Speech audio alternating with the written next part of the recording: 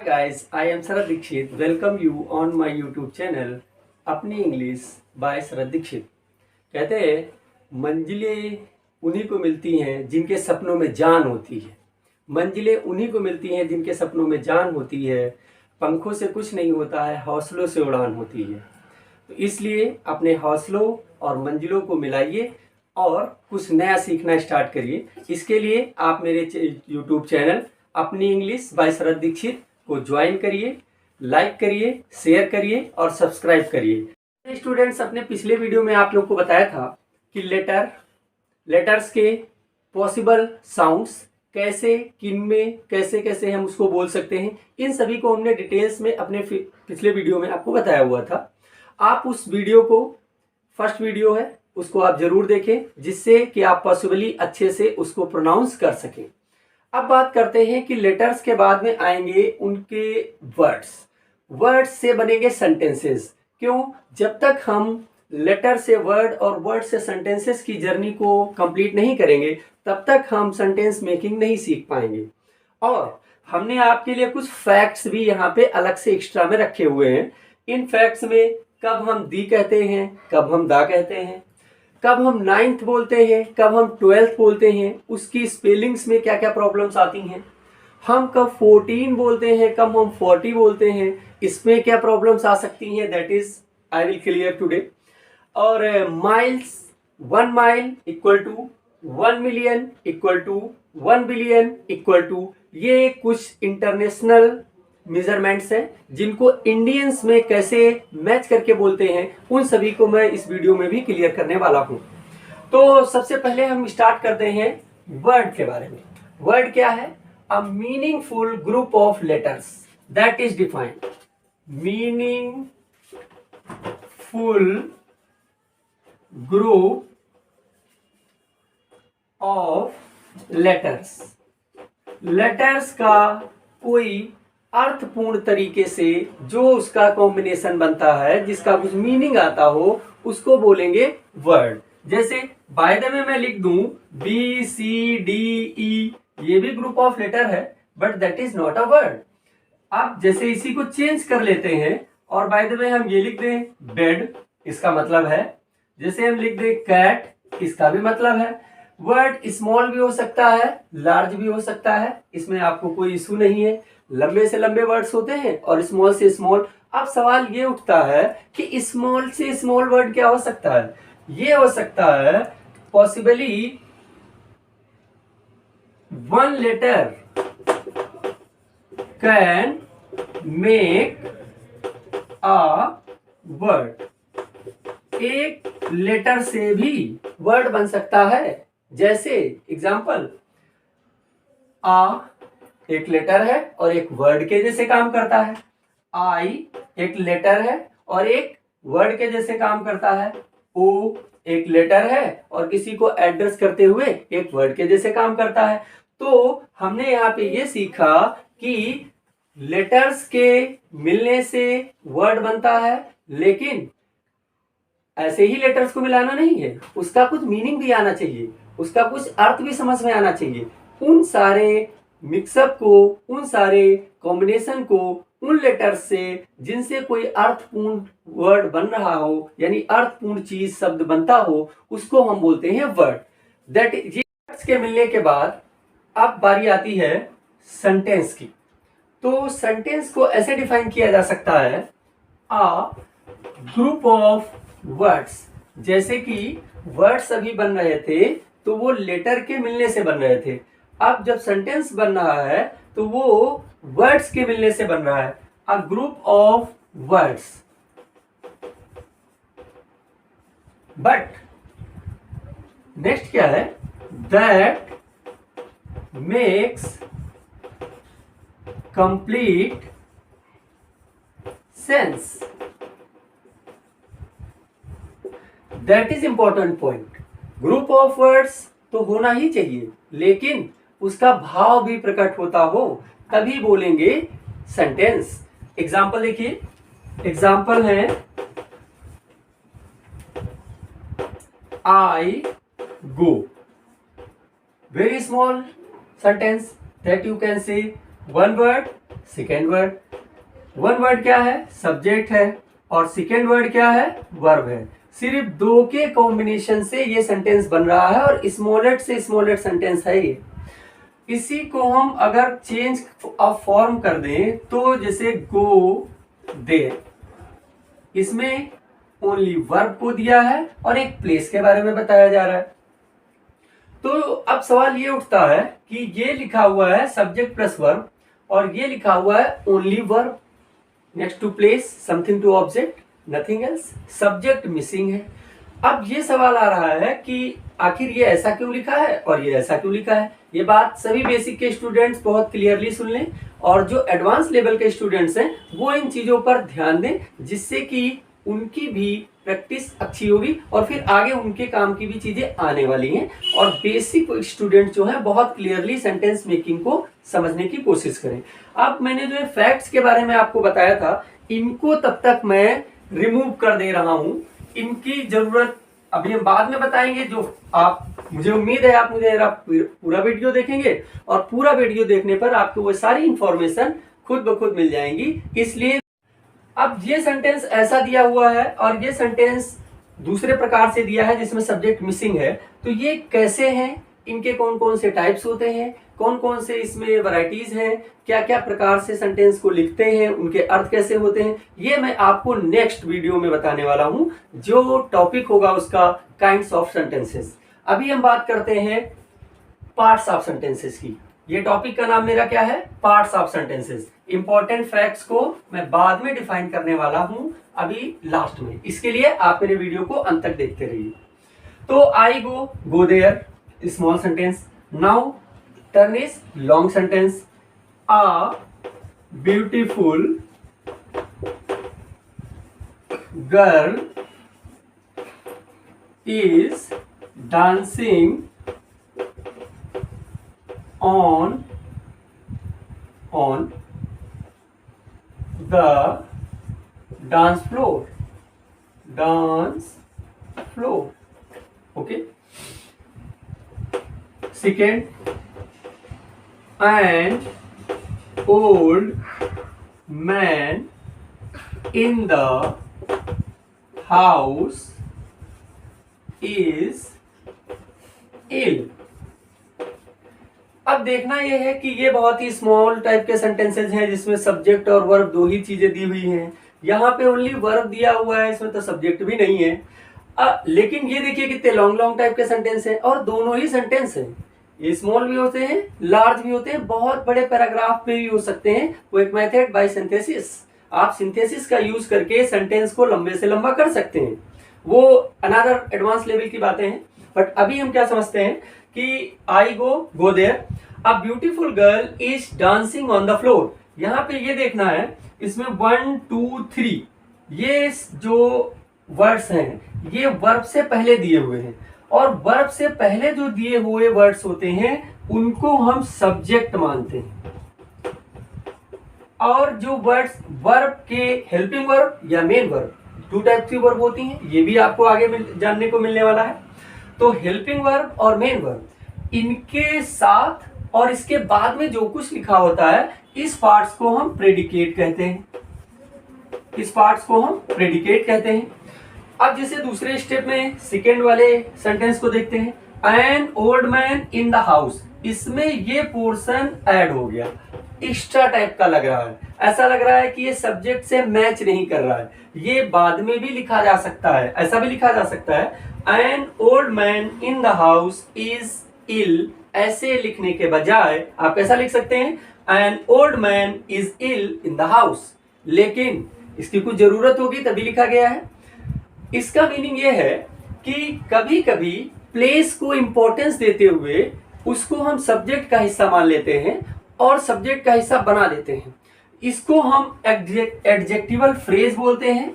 Adjectival phrase, इसको हम ये बोलते हैं, एडजेक्टिवल फ्रेज बोलते हैं। अब यहाँ पे इन तीन वर्ड्स जो हमने पहले लिखे थे, जो सब्जेक्ट्स का पार्ट तो थे, और इतना लंबा सब्जेक्ट कैसे पॉसिबल है, उसके लिए यहाँ पे ये जो एन लिखा है ये डिटरमाइनर है, जो ओल्ड लिखा है वो एडजेक्टिव है, और जो मैन लिखा है ये नाउन है। अब तुम इसमें आप लोग इसमें थोड़ा ये कंफ्यूज हो सकते हैं कि नाउन, एडजेक्टिव और डिटरमाइनर, एडजेक्टिवल फ्रेज, ये सब क्या है? इसका सबका अपना एक मीनिंग है। जैसे कैसे देखेंगे आप, देखिए कि अब हम आपको डिफाइन करेंगे कि पार्ट्स सेंटेंस का फॉर्मेट होता है subject plus verb plus object. Object के प्लेस पे कॉम्प्लीमेंट भी पॉसिबल है, that is also a part. क्या कॉम्प्लीमेंट है वो मैं भी आपको समझाऊंगा। सब्जेक्ट जो है उसके इटसेल्फ में 4 पार्ट्स होते हैं। First determiner, second adjective, third headword जिसमें नाउन और प्रोनाउन पॉसिबल है। नाउन हो सकता है या प्रोनाउन हो सकता है। और फोर्थ जो पार्ट है उसका वो है एडजेक्टिवल फ्रेज। तो अभी आप एडजेक्टिवल फ्रेज, अभी जो मैंने आपको सेंटेंस लिखा हुआ था कि an old man in the house is ill, इसमें जो इन द हाउस है वो एडजेक्टिवल फ्रेज है जो इसका चौथा पार्ट है। कैसे, ये क्यों लिखने की जरूरत पड़ती है? मान लिया हम सेंटेंस को हिंदी में ऐसा बोलते हैं कि एक बूढ़ा व्यक्ति घर में बीमार है, तो an old man is ill in the house होना चाहिए। अगर हम ऐसा कहें कि घर में एक बूढ़ा व्यक्ति बीमार है, तो सेंटेंस ऐसा होना चाहिए। इसमें हम घर को एक्स्ट्रा इंपॉर्टेंस दे रहे हैं, मीन्स घर पर ज्यादा फोकस कर रहे हैं, इसलिए इसको प्रेडिकेट का हिस्सा ना बना के हमने सब्जेक्ट का हिस्सा बनाया हुआ है। अब एक में आप सेंटेंस में आपने देखा था कि आई गो था, जिसमें 2 ही चीज दिखाई दे रहा था, तो उसमें दैट इज हेडवर्ड का प्रोनाउन और उसके बाद प्रेडिकेट का वर्ब, 2 ही चीजें पॉसिबल थी। तो ऐसा भी हो सकता है और ये 4 पार्ट्स हो भी सकते हैं। ये है तो अच्छी बात है, नहीं है तो उसके बिना। बट हेडवर्ड इसीलिए हेडवर्ड है क्योंकि इसके बिना सब्जेक्ट का बनना इम्पॉसिबल है। के बाद सेंटेंस का जो दूसरा हिस्सा है उसको बोलते हैं हम वर्ब। अब वर्ब जो है वो 2 टाइप्स की पॉसिबल है, एक तो हेल्पिंग वर्ब और दूसरा होता है मेन वर्ब। में हेल्पिंग वर्ब भी बहुत सारी हैं, वो आपको नेक्स्ट और नेक्स्ट टू नेक्स्ट वीडियो में आपको जानने को मिल जाएंगी, जैसे is, am are, was, were, has, have, had, will, shall, can, could, may, might, etcetera and etcetera, वो आपको बाद में पता लग जाएगा। तो हेल्पिंग वर्ब और मेन वर्ब, अभी हमको इस पर फोकस करना है। हेल्पिंग वर्ब और मेन वर्ब के दोनों के कॉम्बिनेशन को हम वर्ब कहते हैं। 2 हो सकती हैं, और अगर हेल्पिंग वर्ब नहीं भी है तो मेन वर्ब कंफर्म होना ही है। बिना वर्ब के कभी भी किसी सेंटेंस को बनाया नहीं जा सकता है। Means in another word I can to say verb is a soul of sentence. Verb is a soul of sentence. As without soul, nobody can live in this world. As body can be cut the hand. जैसे हाथ कटा हो सकता है, पैर कटा हो सकता है, और आपके कोई अलग प्रॉब्लम हो सकती है, लेकिन आपके अंदर जो हम सभी मानते हैं, हम सभी इंडियंस हैं, हम सभी गॉड बिलीवर्स हैं, तो हम क्या मानते हैं कि एक सोल है जो हमारे अंदर है, जो हमको जिंदा रखती है। तो उस जिंदा रखने की प्रक्रिया के लिए जैसे सोल आवश्यक है ना, वैसे ही किसी भी सेंटेंस को चलाने के लिए उसमें वर्ब की आवश्यकता होती है। ये मुझे लगता है कि आप लोग ध्यान से समझ गए होंगे। अब हम तीसरे पार्ट्स की बात करते हैं जिसको हम बोलेंगे ऑब्जेक्ट। और ऑब्जेक्ट भी 2 टाइप्स का हो सकता है। अच्छा, तो ऑब्जेक्ट भी 2 टाइप का हो सकता है। उसमें कौन है? एक तो होता है डायरेक्ट ऑब्जेक्ट और एक होता है इनडायरेक्ट ऑब्जेक्ट। अब ये कौन सी चीजें हैं, इनको भी आपको पूरी शिद्दत से सुनना है, बहुत ध्यान से, जितना अच्छे से सुनेंगे आप क्लियर कर ले जाएंगे। अब मैं सब्जेक्ट्स के पार्ट को हटाता हूं और वर्ब्स और ऑब्जेक्ट्स के पार्ट्स को डिफाइन करता हूं। जैसे क्या बोलेंगे, ये प्रेडिकेट्स, ये सब्जेक्ट्स के पार्ट्स मैंने अभी आपको बताया, और अब बात कर रहे हैं प्रेडिकेट्स के पार्ट्स की। मैंने अभी आपको बताया था कि जो वर्ब के साथ और पीछे का हिस्सा है वो प्रेडिकेट है, और वर्ब के पहले का जो हिस्सा है वो सब्जेक्ट है। तो प्रेडिकेट के हिस्से जैसे हम आपको 2 एग्जांपल दे रहे हैं, he has taken medicine, means उसने दवाई ले ली है। अब देखना ये है, अब देखिए सब्जेक्ट का एक छोटा सा हिस्सा है, मीन्स वनली प्रोनाउन एक दिया है, ये सब्जेक्ट का छोटा सा पार्ट है। अब जो प्रेडिकेट का पार्ट्स है वो लंबा होता जा रहा है, तो प्रेडिकेट के पार्ट्स के लॉन्ग होने पे ये जो पहली वर्ब दी है ये एक हेल्पिंग वर्ब है, और ये जो दूसरी वर्ब दी है ये एक मेन वर्ब है, और जो उसने लिया है ये एक ऑब्जेक्ट है। अब इसमें समझना यह है कि इसमें हेल्पिंग वर्ब और मेन वर्ब, मैंने वर्ब्स को डिफाइन कर दिया है। वर्ब डबल हो सकती है, एक हेल्पिंग वर्ब होती है, एक मेन वर्ब होती है। इसमें प्राइमरी ऑक्सिलरी भी होता है और मॉडल्स भी होते हैं, तो वो मैं आपको आगे आने वाले वीडियोस में क्लियर करूंगा। सेकंड आप देख सकते हैं, जैसे कि my brother gave me a car. अब देखना यह है कि यहां पे वर्ब है गेव, ये सब्जेक्ट का पार्ट्स है। वर्ब के बाद में 2 वर्ड्स लिखे हैं, there are the 2 words. 2 words का मतलब ये है कि हम वर्ब हो गई गेव और यहाँ पे ऑब्जेक्ट हैं 2। तो वही बात मैंने आपको भी समझाई थी कि एक डायरेक्ट ऑब्जेक्ट होता है, एक इनडायरेक्ट ऑब्जेक्ट होता है।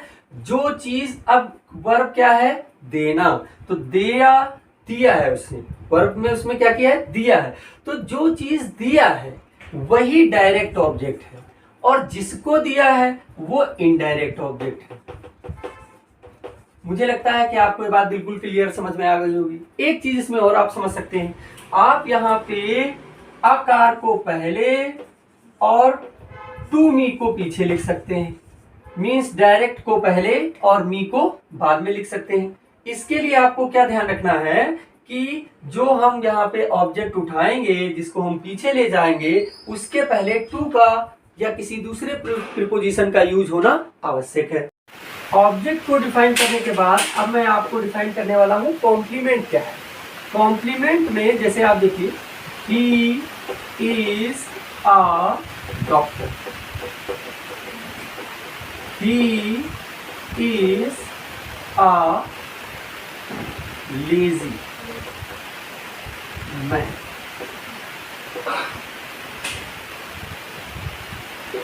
थर्ड देखिए, they are in the park.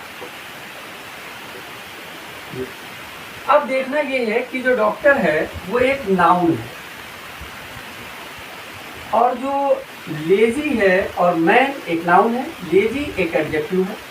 और जो तीसरा सेंटेंस है उसमें they are in the park, उसमें उनके होने की सिर्फ पोजीशन को बताया जा रहा है। इसमें कुछ हो नहीं रहा है, इसमें कोई काम नहीं हो रहा है, वो सिर्फ दे, वेयर दे आर, जहाँ है वो, उस प्लेस के बारे में बताया जा रहा है। तो रियल में ये एक एडवर्बियल फ्रेज है।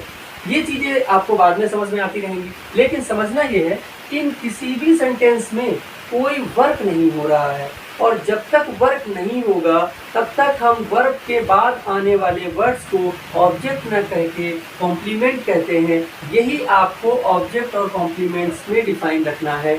जब वर्ब में कोई डूइंग हो, यानी कुछ हो रहा हो या कुछ ना हो रहा हो, पॉजिटिवली और निगेटिवली, तो उसके बाद जो वर्ड है उसको हम बोलेंगे ऑब्जेक्ट। और जब कोई काम नहीं हो रहा हो सेंटेंस में, केवल कंडीशन, पोजीशन या उसके अवस्था, स्टेट को डिफाइन किया जा रहा हो, तो उस वाले पार्ट्स को, बैक साइड के वर्ब के बाद वाले हिस्से को हम बोलेंगे कॉम्प्लीमेंट। That's all. जैसे लास्ट वाले सेंटेंस में आया था एक वर्ड इन द पार्क। अब बात करते हैं कि दी क्या है और दा क्या है। दोनों ही बोले जाते हैं, लेकिन उसका एक कुछ अंतर है उनको आपको समझना है। द टेबल, तो द बोला, दी एंड, कभी भी कोई मूवी होता है तो अब तो नंबरिंग के साथ मूवी क्लोज हो रही है, आप कोई भी मूवीज पहले देखेंगे तो दी एंड होता है, और यहां पे क्या है, द टेबल, द सिटी ऐसे होता है। तो फर्क क्या है कि दी तब बोलेंगे जब दी के बाद वाला जो सेंटेंस है, सॉरी जो वर्ड है, वो वॉवेल के प्रोनाउंसिएशन से स्टार्ट हो, मतलब वॉवेल के प्रोनाउंस को करता हो। द, और उसके बाद देखिए यहाँ पे क्या लिखा है, and, the elephant, the Apple tree, कुछ भी अगर इसके पीछे वॉवेल आ रहा है तो हम बोलेंगे दी वॉवेल साउंड, तो दी आएगा। और कॉन्सोनेंट साउंड, कॉन्सोनेंट साउंड पे द आएगा और वॉवेल साउंड पे दी आएगा। ये मुझे लगता है आपको क्लियर हुआ होगा। एक चीज और आपको इंटरेस्टिंग मैं बता दे रहा हूं कि जो ए है इसका प्रोनाउंसिएशन आपको हमेशा आ करना चाहिए। कब? जैसे सेंटेंस है ही इज अ बॉय, अब जैसे ये किसी के पहले लगा है या किसी की स्पेलिंग के साथ है तो आपको ए ही बोलना है। बट जब ये सिंगुलर सब्जेक्ट में काउंटेबल नाउन से पहले एक होने का एहसास कराता हो, मीन्स सिंगुलर सब्जेक्ट हो और वो काउंटेबल हो, मतलब जिसको गिना जा सकता हो, उसमें सिंगुलरिटी को दिखाता हो, तो इस वाले वर्ड्स को ए ना बोल के आ बोलना चाहिए। मुझे लगता है ये बात आप क्लियर करके समझ गए होंगे। अब इसके बाद हम आपको डिफाइन करने वाले हैं कुछ और फैक्ट्स। उन फैक्ट्स के बारे में जानने के लिए आपको जरूरी है और वो आपके लिए इंप्रूवमेंट लाएंगे। वो क्या है? जैसे व्हाट इज 1 मिलियन, तो ये एक इंटरनेशनल मेजरमेंट है और मिलियन को इंडियन सिस्टम में 10 लाख बोलते हैं। 10 लाख, इसको कैसे बोलेंगे? अगर हम इसको साइंटिफिक लैंग्वेज में लिखें तो 10 की पावर 6 ऐसे लिखेंगे। और जो इसीलिए जिसे जो मिलियन है, मिलियन से जिसे खुदे हैं तो मिलियन को लाख होता है तो इसकी हिंदी आप लखपति कह सकते हैं, और ये करोड़ नहीं है। तो इसके जो इंग्लिश में वर्ड्स इसके लिए आता है वो आता है मिलेनियर। ये आपने सुना होगा, मिलेनियर के बारे में आपने सुना होगा। और दूसरा है जैसे बिलियन, तो बिलियन जो है वो 10 लाख से आप आइडिया लगाएंगे कि मिलियन मीन्स 10 लाख है तो बिलियन मीन्स 10 करोड़ हो जाएगा। नहीं, कैसे होगा? 100 करोड़, यानी 100 करोड़ को बोलते हैं बिलियन। और इसको अगर हम साइंटिफिकली लिखेंगे तो लिखेंगे 10 की पावर 9। और सुनिए, और इसका जो वर्ड बनेगा वो बनेगा बिलेनियर, और स्पेलिंग ये है आपकी मिलेनियर और बिलेनियर। तो मिलेनियर को हमको लखपति बोलना है और बिलेनियर को हमको 100 करोड़, जिसको हम इंडियन करेंसी में क्या बोलते हैं? अरब, अरब बोलते हैं। तो इसके बिलेनियर को हमको बोलना चाहिए अरबपति और मिलेनियर को हमको बोलना चाहिए लखपति। क्यों? 10 लाख को 1 मिलियन कहते हैं और 100 करोड़ 100 करोड़ इक्वल टू 1 अरब in Indian system and 1 billion in the international system. अब यहाँ पे हमने कुछ नंबर लिख रखे हैं, तो आप लोग ऐसा सोच रहे होंगे कि ये नंबर व्हाट इज। अब जैसे एक 9 है तो इसकी स्पेलिंग है 9। अब एक आपने सुना होगा और लिखते देखते भी हैं, जैसे 9th, यहां पे क्या फिर हो जाएगा 12th। तो अब 9 से 9th की स्पेलिंग जाने के लिए आप देखना तो यहां पे एक लेटर ई गायब हो गया। अब जैसे 12th, तो 12 की स्पेलिंग होती है TETWELVE, लेकिन जब हम 12th में TH करेंगे तो इसकी स्पेलिंग में VE हट जाएगा, ऊपर वाला भी मैं हटा दे रहा हूं, और VE हट के यहाँ पे F हो जाएगा और 12th हो जाएगा।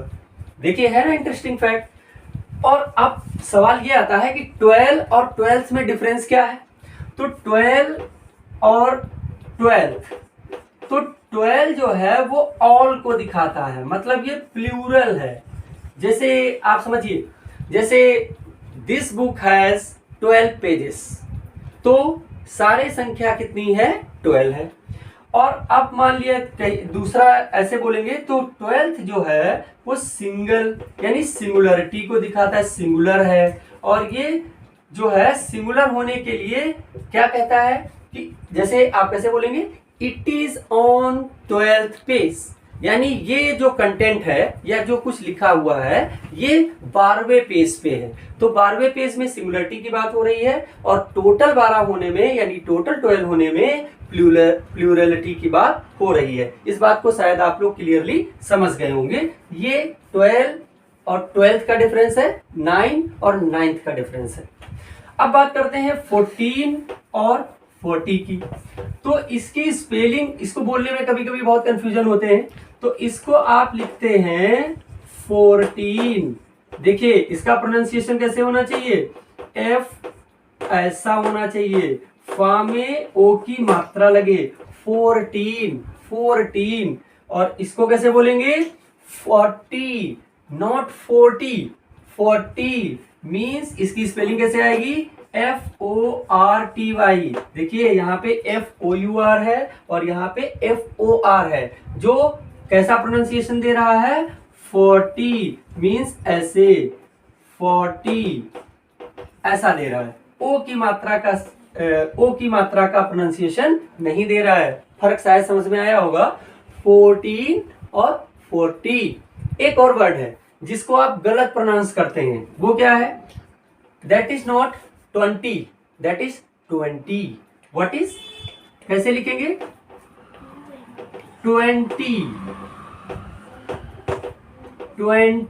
देखिए टा वा और उसमें ए की मात्रा 20। मैंने कल आपको W के प्रोनाउंसिएशन में बताया था कि मुंह को थोड़ा गोल होना चाहिए, तो इसमें W देखिए आता है, इसकी स्पेलिंग क्या है देखना जरा, 20 TEW, उसके बाद E आया, तो कैसे 20 नॉट 20, 20 नॉट 20। That's all. मुझे लगता है कि आप लोग को ये वीडियो मेरा पसंद आया होगा। आप इसमें सारी इंफॉर्मेशन ले सकते हैं, नोट्स बना लें तो बहुत अच्छा हो रहेगा आप लोग के लिए। और एक्स्ट्रा नॉलेज के लिए आप मेरे इस YouTube चैनल को देखते रहें, ज्वाइन करें रेगुलरली, लाइक करें, शेयर करें। मेरे चैनल का नाम जैसे आप सभी को पता ही है, अपनी English by Sharad Dixit. That's all, thank you.